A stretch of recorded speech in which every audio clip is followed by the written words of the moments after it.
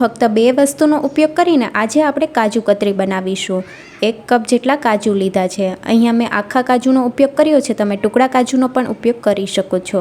અડધો કપ ખાંડ સાથે 1/4 કપ જેટલું પાણી લીધું છે। મિક્સર જારમાં 1 કપ કાજુ ઉમેરી દઈશું। મિક્સરને પલ્સ મોડ ઉપર ફેરવશું, એટલે કે ચાલુ બંધ કરીને ફેરવવાનું છે, જેથી કાજુનો ડ્રાય પાવડર તૈયાર થશે। કાજુનો પાવડર તૈયાર થઈ ગયો છે। અમુક કણી મોટી રહી ગઈ છે તો ચાળણીની મદદથી ચાળી લઈશું, જેથી એક સરખો પાવડર તૈયાર થઈ જશે। જો તમારે એક સરખો પાવડર તૈયાર થયો હોય તો તમારે ચાળવાની જરૂર નથી। તો અહીંયા કાજુનો પાવડર ચાળી લીધો છે અને એક સરખો પાવડર તૈયાર કરી લીધો છે।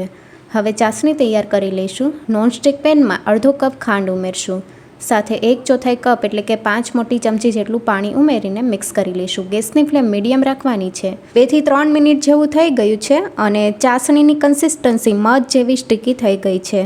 તો હવે આ સમયે કાજુનો પાવડર ઉમેરી દઈશું। જો તમારે મિલ્ક પાવડર ઉમેરવો હોય તો તમે મિલ્ક પાવડર પણ ઉમેરી શકો છો। ગેસની ફ્લેમ મીડિયમ ટુ લો રાખવાની છે અને કાજુના પાવડરને ચાસણી સાથે સારી રીતે મિક્સ કરી લીધું છે। પેનની સપાટી છોડવા લાગે ત્યાં સુધી થવા દઈશું। અડધી ચમચી ઘી ઉમેરીને મિક્સ કરી લઈશું।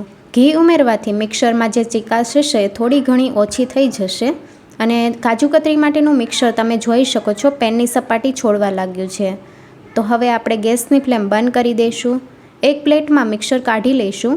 મિક્સર ગરમ હોય ત્યારે જ આપણે થોડું ઘી ઉમેરીને સારી રીતે મસળી લઈશું। કાજુ કતરી માટેનો લોટ તૈયાર થઈ ગયો છે અને હલકો ગરમ હોય ત્યારે જ આપણે વણી લઈશું। તો અહીંયા મેં ફોઇલ પેપરનો ઉપયોગ કર્યો છે, તમે બટર પેપરનો ઉપયોગ પણ કરી શકો છો। મીડિયમ થીક આપણે વણી લીધી છે। હવે ઘીથી ગ્રીસ કરી લઈશું અને ચાંદીનું વરખ લગાવી દઈશું। તો ઘીથી ગ્રીસ કરશું એટલે ચાંદીનું વરખ સહેલાઈથી લાગી જશે। હવે પીસ કરી લઈશું।